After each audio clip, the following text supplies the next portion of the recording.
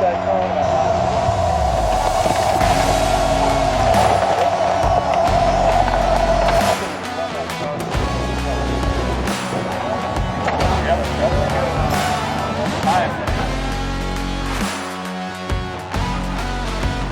Today we're out in Bagdad, Arizona for the first competition of the year for WEROCK. So it's the opening competition.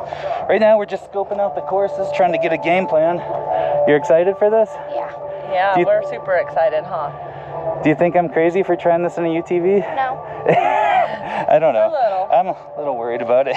But One thing we can do is lose. trying to run two different cars. We're going to be running back and forth. It's going to be kind of crazy, but we'll just do the best we can do, huh? If you stick your tire in that hole, you're stuck. You're gonna have to get, when you come up here, you're gonna have to use these rocks and climb this. Wiggle your steering wheel and climb this thing.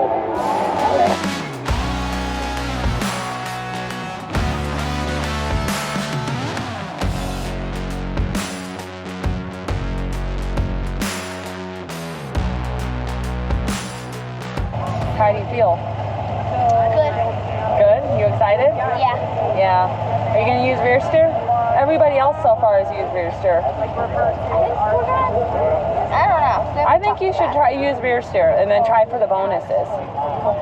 Rear steer and the bonuses. Anyways, But in order to do the bonus, if you do a bonus, it'll be equivalent to using rear steer. Because in order to do the bonuses, I think you need rear steer.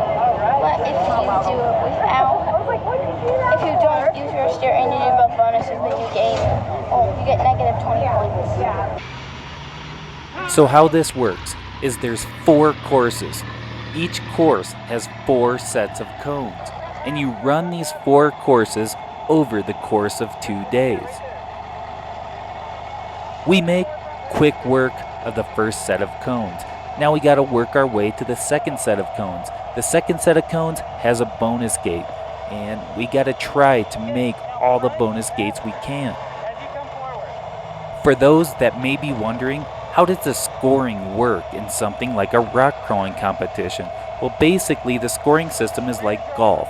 The lower the score, the better. Competitors aim to complete the course in 10 minutes or less, avoiding penalties such as hitting cones or taking backups.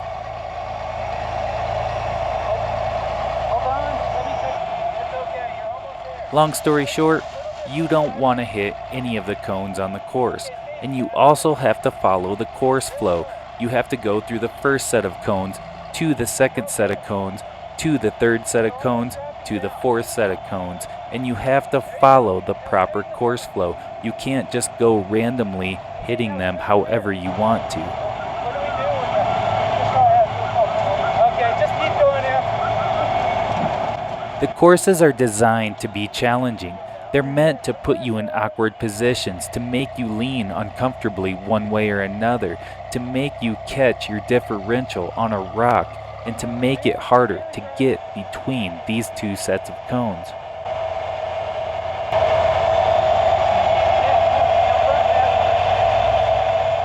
You can see here that our tire is moving one of the rocks that the cones were on. You can see the 4 orange dots.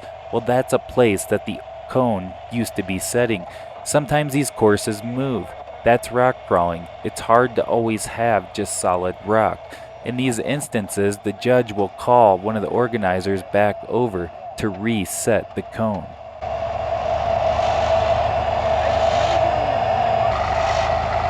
We end up making a costly mistake right here. We don't turn hard enough passenger, and Emily's front tires hit the rocks near the banner. And what that does is it slides the back end off, putting us in a bad spot. Now we can't make the corner without hitting the banner. You can see the banner in the background. If you hit the banner, you get a banner warning. If you get 2 tires outside of that banner, well, you get a DQ. One of the challenges of this event is that it's timed, and it's easy to lose track of time. Now at this point we're only on the 3rd gate and we're starting to run out of time, so we start getting rushed. In hindsight, what I should have had her do right here was to do a front dig. And how a front dig works is you would disconnect the rear axle using the transfer case. And then what you would do is to give it gas and to turn it passenger.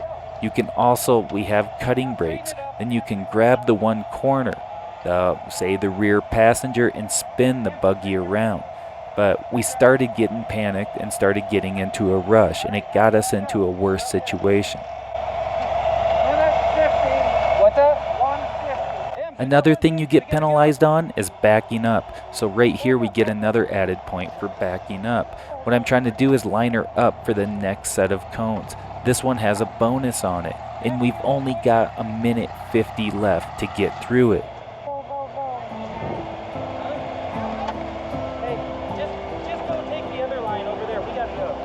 As Emily starts working her way through the rocks, I'm telling her to pick up the pace. We got to get going.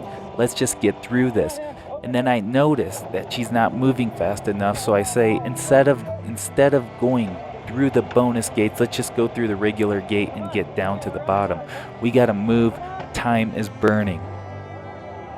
What happened? At this point, the unthinkable happens and the car shuts off. With only seconds to get down to the bottom, we run out of time.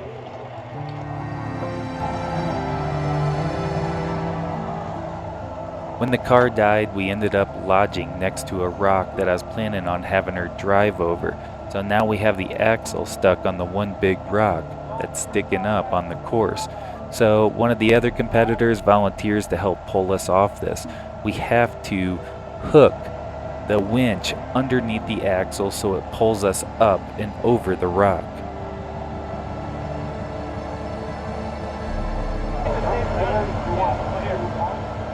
Not long after, the car finally starts again, so we unhook the winch so I can drive out of it. As I start moving forward, I'm not paying attention to where I'm going because I'm kind of frustrated with the whole situation and end up getting a big rock lodged up near my harmonic balancer. We ended up timing out on the course and basically only got progression points for getting through the few sets of cones that we made it through. We're able to get off this rock without hitting the harmonic balancer and finish this course. One thing we tried to do this year was to take our side-by-side and compete as well. But what I didn't account for was when you're trying to run two different cars, you don't have as much time to watch the course in between and watch the other competitors. That's a huge advantage to seeing how other people are driving the course. The other challenge is I didn't have much time to troubleshoot the car and figure out what my electrical problem was that was shutting off the fuel pump. So we weren't able to identify any real problem and had to jump into our next course. Another thing we do as a spotter is to stack rocks to make it easier for the tire to go up and over a particular spot. This can be really strategic, and people who are good at it can really make the course a lot easier. We were making really good progress on the second course.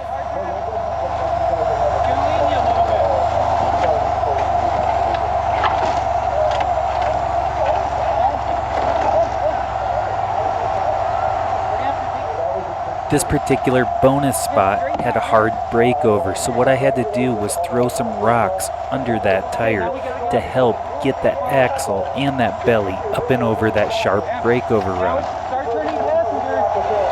You come down there. Watch the rear. Another thing that you get added points for is using rear steer in this particular class. The goal is to try to run these courses without using rear steer. Then you don't get that 10-point penalty. However, we're not there yet, so we're just trying to gain confidence using rear steer. And we feel that if we use rear steer and are smart about it, we could still get enough points to end up on the podium at least. On each of the courses, you only get penalized once for using rear steer. So once you use it on a course, you can use it as many times as you want. The class that we're running in is called Sportsman A, and what it is, it's more of an amateur style course. It's not as technical and difficult as the pro style courses. All of a sudden, the worst thing happens and the car shuts down again, right in the middle of the third set of cones. We only have 3 minutes and 30 seconds left to complete this course in a completely dead car. This is such a heartbreaking spot to be in. We literally only have one set of cones left and plenty of time on the clock in a completely dead car. If we don't finish this course again, we're going to end up with a ton of points.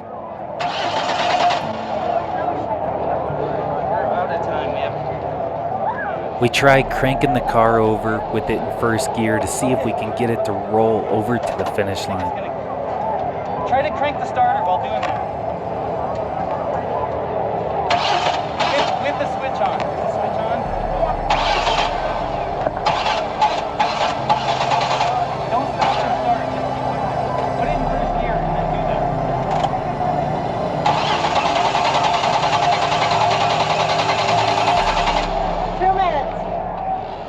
This is a terrible spot to be in. Time is literally ticking away and there's nothing we can do. Where are you from? What are you out here doing today?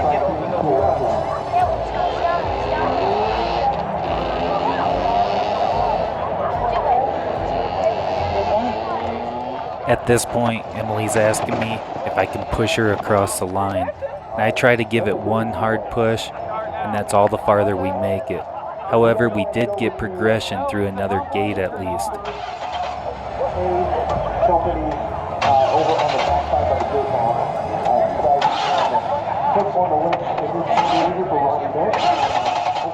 In a desperate attempt to try to get anything to happen, I try tapping the relays, I try wiggling all the wires, I try doing anything just to get this thing to fire back up. Try it one more time. Try it one more time, There's electrical connection. It's overheating. Yeah, well. Hey, Rob. What? This was not how I envisioned our weekend starting. Getting towed off the first two courses of our weekend. This was going to be a massive hole to try to dig out of.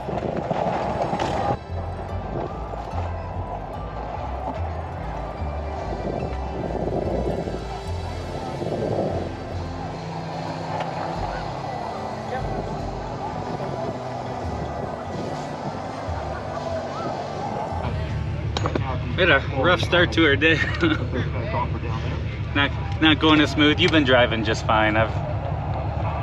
Some intermittent electrical problems are hurting us, but we just got to finish out our day, try to stay strong. Hopefully it'll keep running, right? Yeah. How you feeling? Good. Good? Yeah. All right. Well, we'll just keep trying to we'll just try to finish out the day strong, right? We're halfway through the day. Yeah. Any other thoughts? Do better tomorrow. Tomorrow's a new day.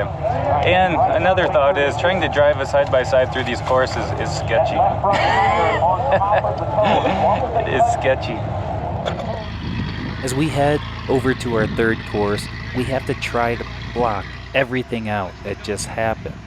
Whenever you face adversity and things get tough, you just have to forget about what just happened and move forward. And that's one thing that I want to teach my kids is not to give up. You just got to keep pushing forward, no matter how bad it seems. We start off course number 3 on a great note. We're just trying to be smooth, work our way through this, and not make any big mistakes. You can see obstacles like this lean you straight into the cones, and that's the tricky part about these courses, is always trying to keep yourself from sliding down into one of those cones. On the third course of the day, we finally start to get into a rhythm. We've got a really good thing going here, and Emily's driving really focused. You can see here this section of course has some big loose rock that can easily cause you to roll into one of those cones, and you really have to stay focused to make sure you don't make any quick moves. You can see just how close you get to those cones. It's a very fine line. As we get down to the last set of cones, you can see it's an off-camber section that wants to slide you down into that lower cone. We're able just to skirt by just in time so Emily can get across the finish line to finish our first course of the day.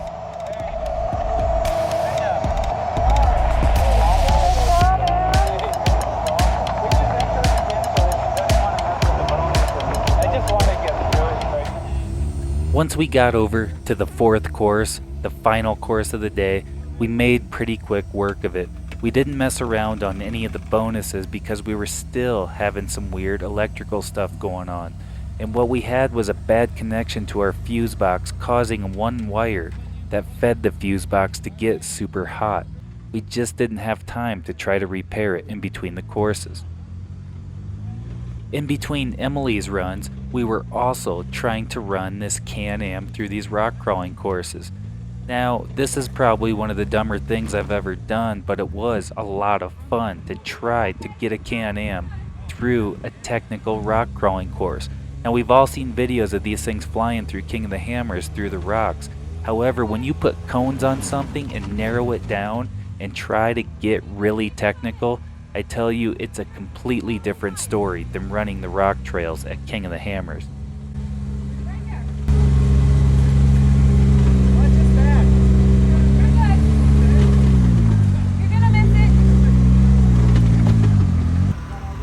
My wife Lydia must have stacked a ton of rocks for me this day trying to get through these courses. It's so much different trying to take a side-by-side with independent suspension through these rock trails.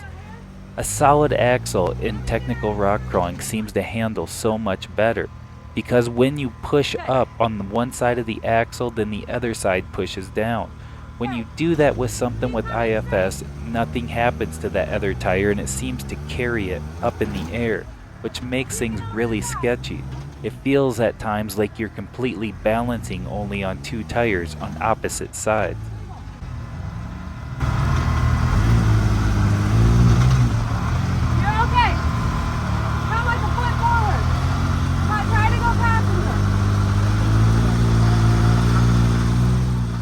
We were going to make a totally separate video on competing the Can-Am in a technical rock crawling competition. However, we missed most of the footage because of some settings that was on one of the GoPros. So this is some of the only footage we got of trying to take this thing through these rock crawling courses, and I'm not sure that I'll do this again. Now, one place that it might work to do technical rock crawling in a Can-Am is a course like Farmington, New Mexico, that's pure slick rock. That would be completely different than all this broken loose rock.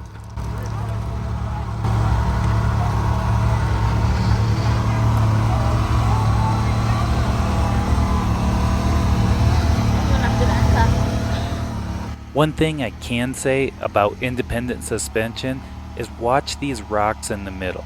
Now you don't have the differentials hanging low to have to worry about hitting rocks. So as we go over these loose boulders right here, you can see how this suspension just soaks up some massive rocks right in the middle.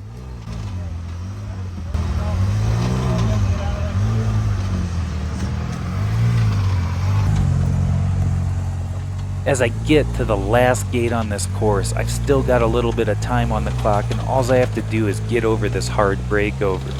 However, it's too much for my belly height and too much for this wheelbase. I try to back up, try to remaneuver, but I just can't get enough momentum to get over this spot.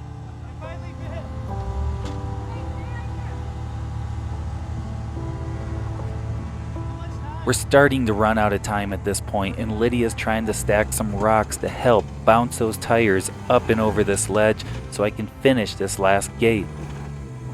15 seconds. I end up taking one more bounce over to the passenger side and end up running out of time.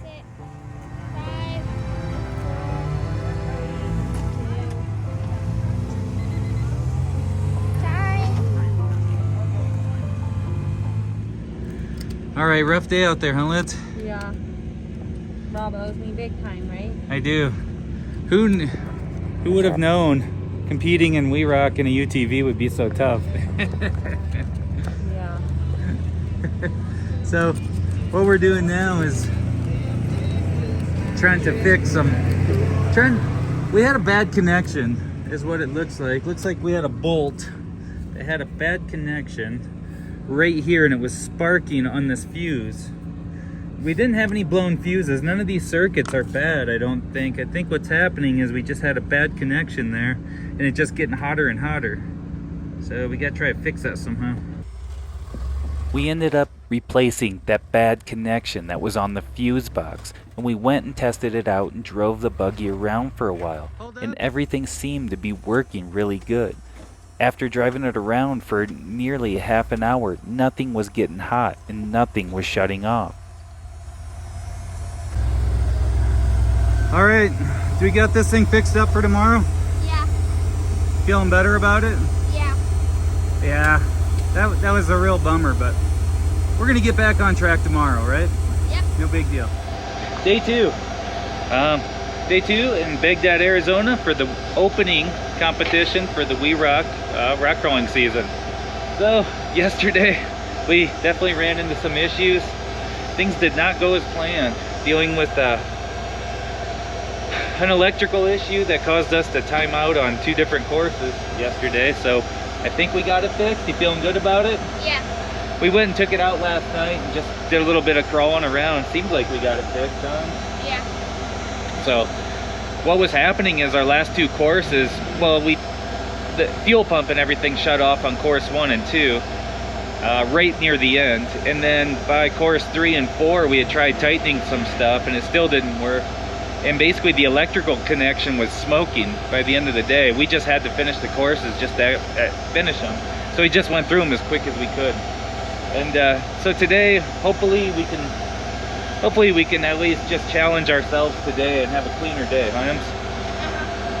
So let's see what happens. Yeah, exactly. Yeah, exactly. You ready for this, sweetie? Yeah. Yeah? All right. Good luck out there, okay? You got this. Okay. Go.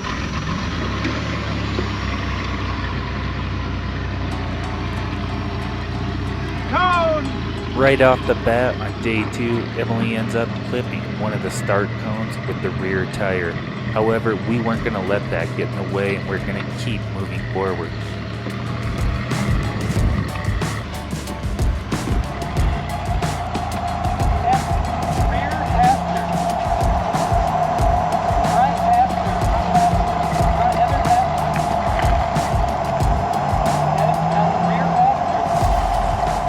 So how this works, on day 2, you run the same courses that you ran the day before backwards.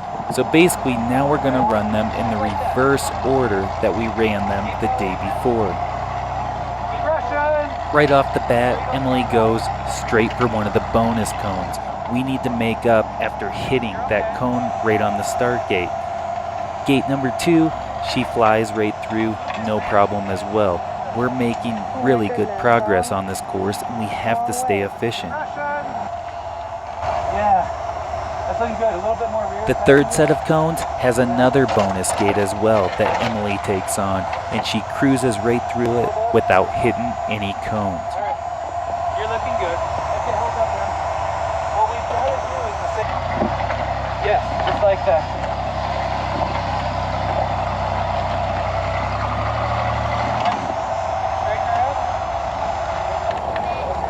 The final set of cones is a steep drop back down to the finish line. That's another thing you have to be careful of. If you go out the start gate, you get penalized or DQ'd as well. So you have to really be careful and not go out the wrong gate. Good job, Em. Sorry about that first time. That's alright. I should have waited. I was so worried about running up there to check the next that's one. tough, boy. Great run.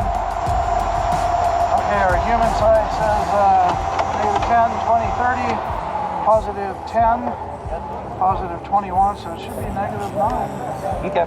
Let's go see what the computer says. Alright, so we got through the first course pretty good. 1 penalty right off the bat, and then a rear steer penalty. But other than that, did the bonuses and all that. But right here, this next course, this spot's been tripping up everybody. You have a bunch of loose rock down at the bottom, and it's kind of an off-camber climb. So got one more person to go and we'll be up. Now this is the first obstacle on the second course of day 2. I knew this spot was going to trip up more people, and that's why I didn't compete the Can-Am this day. I knew there was no way I was going to get the Can-Am up this spot. Massive loose rocks. They are using rocks to fill in that big hole down at the bottom. Now this is Tracy Jordan and Jason Jordan. These two are former rock crawling champions. These two have been out of the scene for a little while. However, they showed up just to run an exhibition run, and you can tell the skill these two have attacking every single course. Jason runs ahead and stacks the course and gets everything lined up perfectly for Tracy. Tracy doesn't need to use rear steer. He perfectly lines up on every single obstacle and just crawls it perfectly. You can see the skill level on these two is on another level. It was really fun to get to see these two in action each day and talk to them. Two really nice guys who were super complimentary of Emily and super stoked to see Emily out there driving as well. I'm pretty sure they scored perfect on every single course that they hit throughout the weekend. You ready for this? Yeah, This might be our hardest course of the day, huh? Course 2? we can do it. You can do it for sure. Use your rear steer, okay? You got Okay. this. I love the fact that Emily had so much confidence going into this course. After looking back at the results out of Sportsman B and Sportsman C classes, I believe there's around 15 people total combined with those two classes. Only 4 people completed this course in those classes. So that just goes to show how challenging this course was going to be, including this obstacle. Okay, you can raise your rear a little. There you go. Now keep coming forward. There you go. Wait. Okay. I just wanted to make sure it didn't bounce into that. Good job. The second obstacle on this course was another bonus gate, and this one looked really intimidating. It was very off-camber and had a V-wedge off to the side that you didn't want to fall into. It was going to lean you really awkwardly on the driver's side. However, she stayed super calm and followed the line. I like it. Climb it. You're almost, okay, you're just about there. A little bit more. A little bit more. You're almost over the bump. There you go. Keep straight. No, keep coming. You can see right here, her confidence using rear steer continues to grow, and I don't have to spot her for every little detail anymore. She can drive the vehicle way more independently. I want to mess around with this now. Climb it. Good job. The third set of cones had another bonus gate on it. However, it looked like one of those trick ones.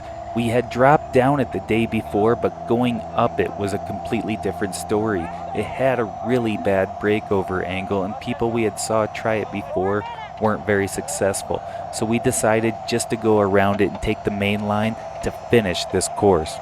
At this point, we're at the last gate on this course. We just need to get through this one. However, gravity wants to pull you down into that bottom cone, and we got so close to that cone, I don't know how we didn't hit it. If she would have moved the steering wheel at all, we would have nailed that cone. However, she's able to stay calm and drive straight through it. All we got to do is get past this and get to that finish line, but time is running out once again.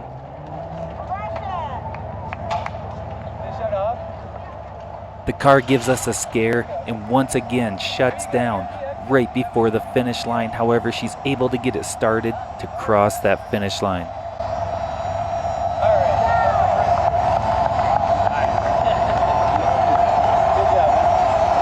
Good job, Em. Third course of the day, Em? Yep. Yeah? You excited about it? Yeah. What do you think about that big drop-off right there? Are you going to try it? Yeah, but I don't really like it. You don't like it? Yeah. Keep your tire in that crack, okay? Listen to Dad. You'll be fine. Okay? Okay, I'll be fine. All right. Love you. So this is our starting off on our third course of the day. So we're about halfway through our second day, and we've been running the courses super clean. We gotta continue this momentum and just get through these courses. Now this course had a couple really tough bonus gates. What we were gonna do was skip the first bonus gate and try the second bonus gate.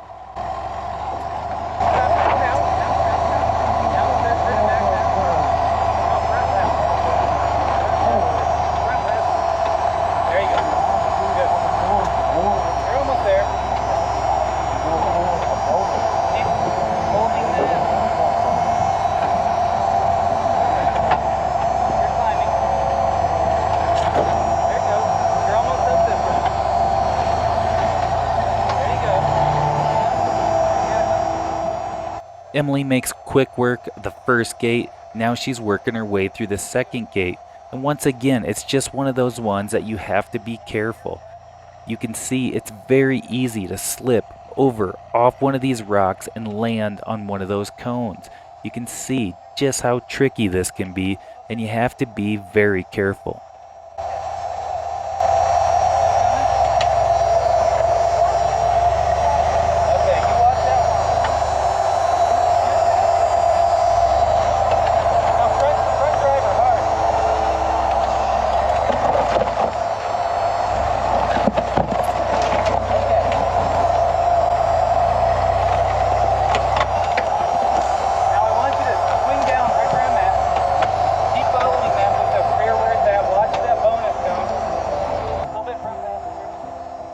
We make our way through the third set of cones, and now all we gotta do is get down through the fourth set of cones. We were debating doing the bonus line, however, we decided not to because of time. All she had to do was get down through this fourth set of cones, and once again, the car died. The connection on the fuse box isn't getting hot today and seems to be working. However, I tried tapping the relays just to see if something's going on with the relays, because it seems like there was an issue with the fuel pump relay. You could roll right through there. How big is the drop? Oh shoot, the yellow's the exit. It won't start. As time's running out, we get it to start again and get Emily moving forward again.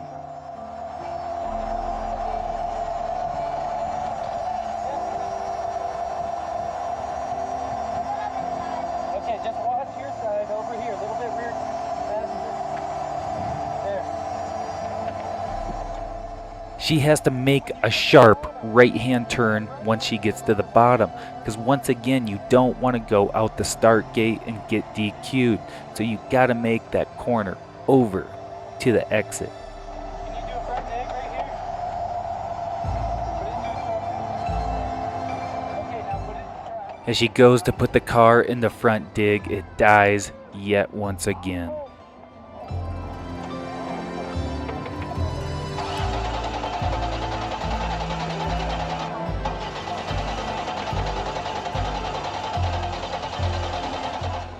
At this point, I'm getting desperate. She's only inches from crossing the finish line, and this thing will not start again.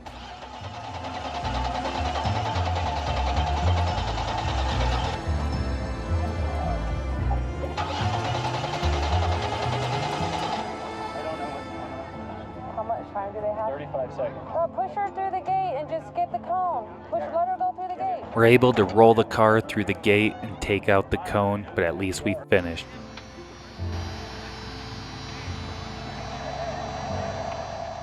With the time that we had in between the courses, we start going over the car while it's running and start wiggling every single wire that we can find. We finally find a wire that also connects to the fuel pump relay, and what it was a spade connector that was just slightly loose. We use a set of pliers to kind of pinch it down and put it back on, and hopefully we can get through this course without any weird electrical issues popping up. Emily's working her way through the final course of the day, the final course of the weekend. What we got to do is finish this one strong.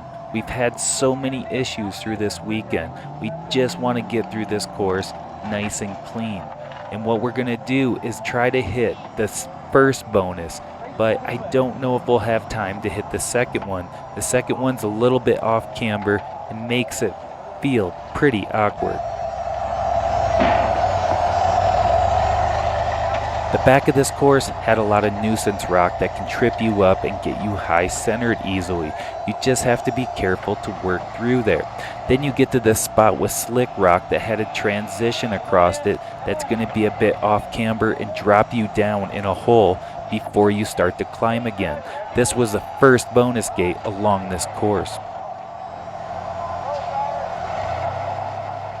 We had also been having trouble with our communications all weekend as well. Our headsets sometimes wouldn't pair back up if we shut them off. So I was having to yell at Emily because she couldn't hear me because our headphones weren't working. So sometimes with the motor and the fans, she couldn't hear what I was saying. Come on.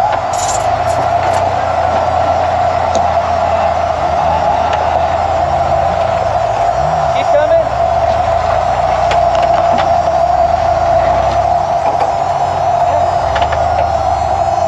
Just like that. Em, keep coming. Keep coming.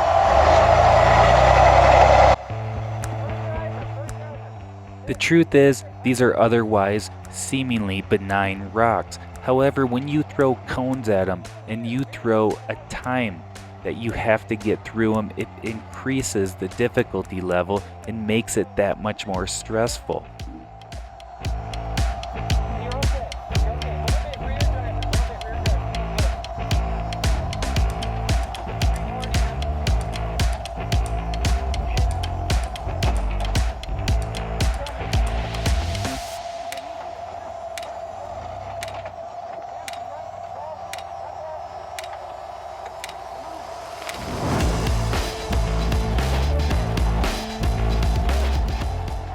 At this point, we're running out of time and we spent way more time than we should have on that bonus line. We get dangerously close to getting high centered right here.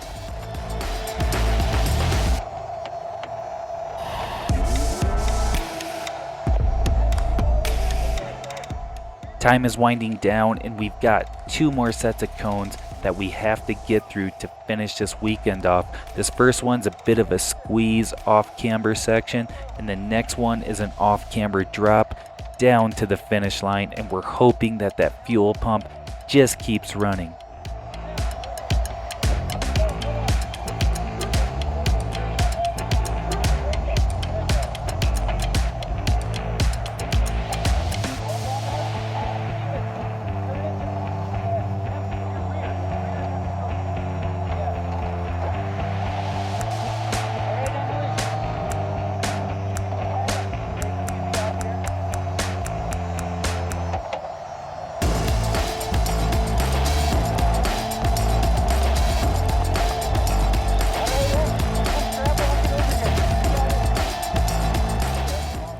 What a way to end this day. We're able to finally run another clean course. Emily did a great job at staying calm, staying cool, staying composed.